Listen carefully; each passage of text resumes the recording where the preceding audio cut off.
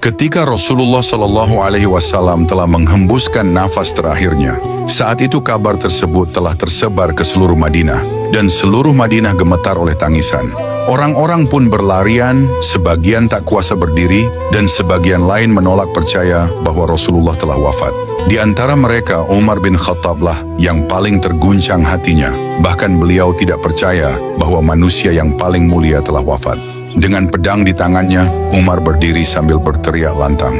Demi Allah, siapapun yang mengatakan bahwa Nabi Muhammad telah tiada, akan kupenggal kepalanya dengan pedang ini.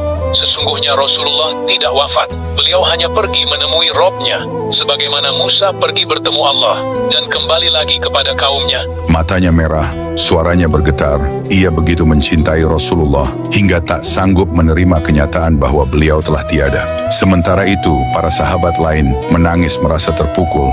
Mereka tak sanggup harus kehilangan sosok Rasulullah. Kemudian Abu Bakar berjalan cepat menuju rumah Aisyah tempat Rasulullah disemayamkan.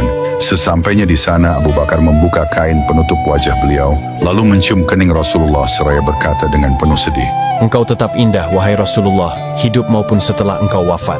Hari itu suasana Madinah diselimuti kesedihan yang tak terlukiskan. Langit seakan bersedih, udara terasa berat, dan setiap rumah dipenuhi isak tangis karena mereka telah ditinggalkan oleh manusia yang paling mulia. Kemudian Abu Bakar keluar menghampiri Umar untuk menenangkannya. Sementara Umar masih berdiri sambil berteriak bahwa Rasulullah belum wafat. Abu Bakar pun meminta semua orang duduk, lalu berkata dengan tenang, "Wahai manusia, barang siapa di antara kalian yang menyembah Nabi Muhammad, maka ketahuilah bahwa Nabi Muhammad telah wafat. Dan barang siapa yang menyembah Allah, maka sesungguhnya Allah Maha Hidup." Lalu Abu Bakar membacakan firman Allah, Nabi Muhammad itu tidak lain hanyalah seorang Rasul.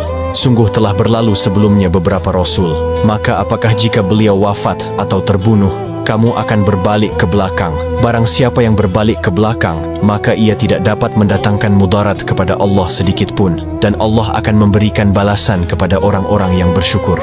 Begitu Abu Bakar membaca ayat itu, Umar pun langsung terdiam, dan seketika pedangnya pun terjatuh dari tangannya. Ia pun tersungkur ke tanah sambil menangis terseduh-seduh. Lalu Umar berkata, Demi Allah, sungguh aku baru mendengar ayat itu untuk pertama kalinya. seluruh sahabat pun menangis. Kini mereka benar-benar sadar bahwa Rasulullah Shallallahu Alaihi Wasallam telah tiada.